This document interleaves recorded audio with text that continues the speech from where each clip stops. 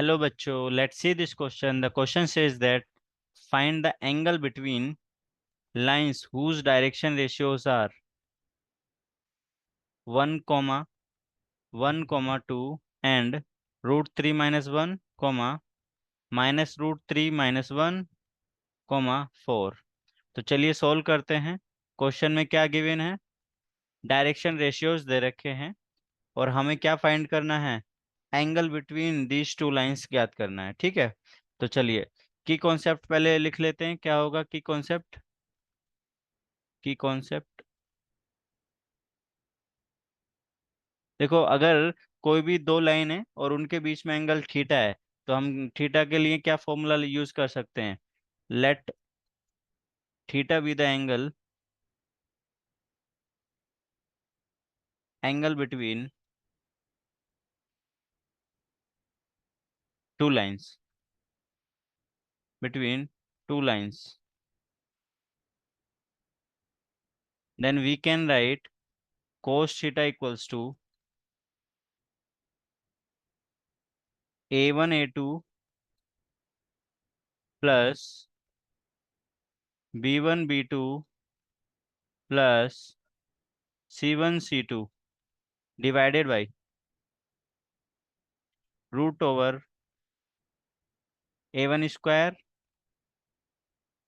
Plus b1 square plus c1 square into root over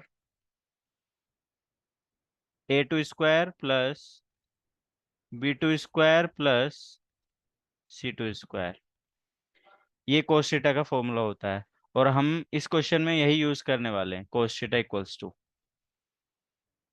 यहाँ a one b one c one and a two b two c two की value question में given है। तो क्या given है हमारे पास में? A1 B1 C1, ए वन कोमा B1 C1 की वैल्यू क्या है? 1, 1, 2 एंड A2, B2, C2 की वैल्यू क्या है? वो भी क्वेश्चन में गिवन है। A2, B2, C2 equals to किसके इक्वल है? Root 3 - 1, minus root 3 - 1, 4। हमें क्या कैलकुलेट करना है? थीटा, कोस थीटा की वैल्यू कैलकुलेट करनी है। तो देखो बच्चों, कोस इस फॉर्मूले में A1 A2 plus B1 B2 plus C1 C2 की वैल्यू सेपरेटली कैलकुलेट कर लेते हैं, उससे इजी चला जाएगा। तो क्या होगा? A1 A2 1 direct value put कर रहा हूँ मैं इस A1 A2, या फिर अपन इसको लिख लेते हैं, यहाँ पर लिख लेते हैं A1 A2 plus B1 B2 plus C1 C2 equals to क्या हो जाएगा?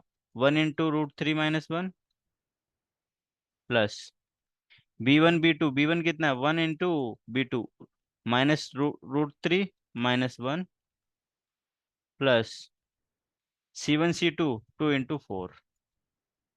इसको हम फर्दर सोल्व करेंगे तो हमारे पास में वैल्यू आ जाती है इसकी 6। ठीक है, अब देखो सिमिलरली हम root over A1 square plus B1 square plus C1 square की वैल्यू अलग कर कैलकुलेट करेंगे and A2 square plus B2 square plus C2 square की वैल्यू भी अलग से कैलकुलेट करेंगे। तो नेक्स्ट पेज पे करते हैं, वो क्या क्या हो जाएगा? A1 square plus B1 square plus C1 square root over, ये किसके इक्वल हो जाएगा? A1 B1 C1 की वैल्यू क्या है?